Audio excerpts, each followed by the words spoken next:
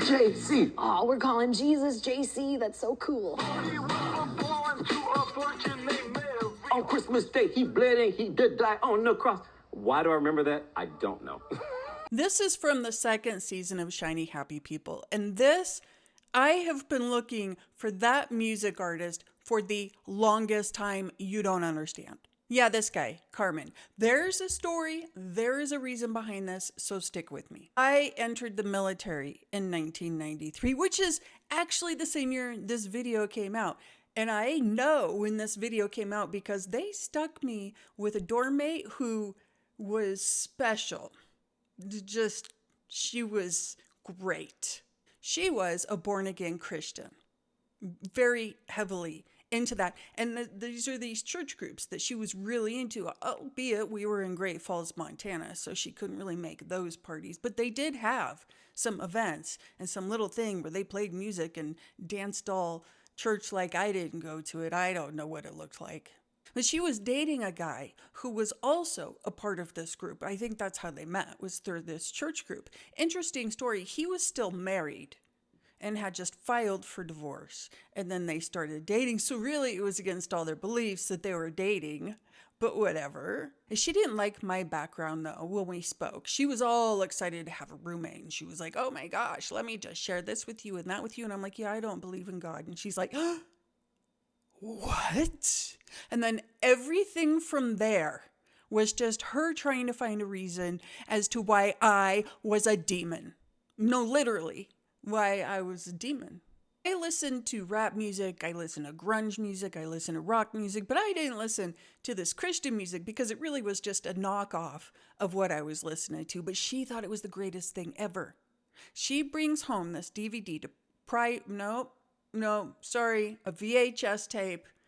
Oh, I'm old. So she brings home a VHS tape to show me how cool this guy Carmen was, because he was so cool. So she's like, he does rap music. You can listen to rap music here. And she put it in, and Carmen was rapping about God to all these white kids, these white people on stage with all these white kids in 1993 doing rap music like this. I wasn't biting. I really wasn't biting. And I really wasn't believing her road to this whole Christian discovery, because she would have her boyfriend, who was still technically married, come and stay over in the same room. And they would do things in the room. They weren't married. Everything was just for BS. I feel like they were looking for something to belong to, and this pulled them in and created this world for them. But they kept trying to pull me in and kept trying to bring me to stuff. And I'm like, I don't want to go to stuff, and I don't want that man sleeping in our room. This is weird. I don't like it. And then I started telling them horrible stories. Well, not horrible stories, really fun stories. Ghost stories of things that I've lived through in my life, and it freaked them the fuck out. Well, now that she's learned that I have spoken to the spirits, she sees me really as demonic now. So I come home one day to Vaseline crosses on everything I owned that had any type of a reflection, because I was letting demons come through the reflections in the room.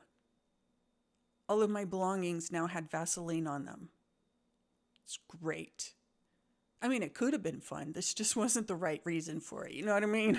You could bet I went down to the door manager and got a new room to move into that day, because I was not living with her another moment. This had gone just so far beyond okay. But I was glad to get out of that room. This Carmen guy and his rapping, I will never forget it.